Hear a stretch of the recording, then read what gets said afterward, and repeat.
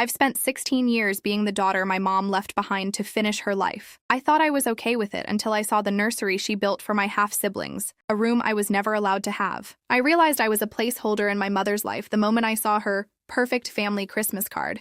And I wasn't in the photo. My mom had me when she was a teenager. My grandmother raised me while my mom went to college, got a high-paying job, and married a man who looks like he stepped out of a catalog. They have a beautiful house 2 hours away, 2 perfect toddlers, and a golden retriever. I only see her on some weekends. She calls me her best friend. She sends me expensive gifts, but she never asked me to stay for more than 2 nights. But that wasn't the worst part. Last week, I went to stay over for her birthday. While she was out running errands, I found a scrapbook in the guest room, the room they always call my room. It was filled with photos of her real life, first steps, first words, family vacations to Hawaii that I was never invited to. In every picture, she looked radiant. She looked like a mother. When I look at our photos together, she just looks tired, like she's fulfilling an obligation. I thought it was over. I was wrong. She came home and found me looking at the book. She tried to laugh it off, saying, "Oh, those were just busy times, honey. We'll take you on the next one." "The next one?" I asked. "I'm 17, Mom. There is no next one. I've spent my entire childhood waiting in the wings of your real life." "That's not fair,"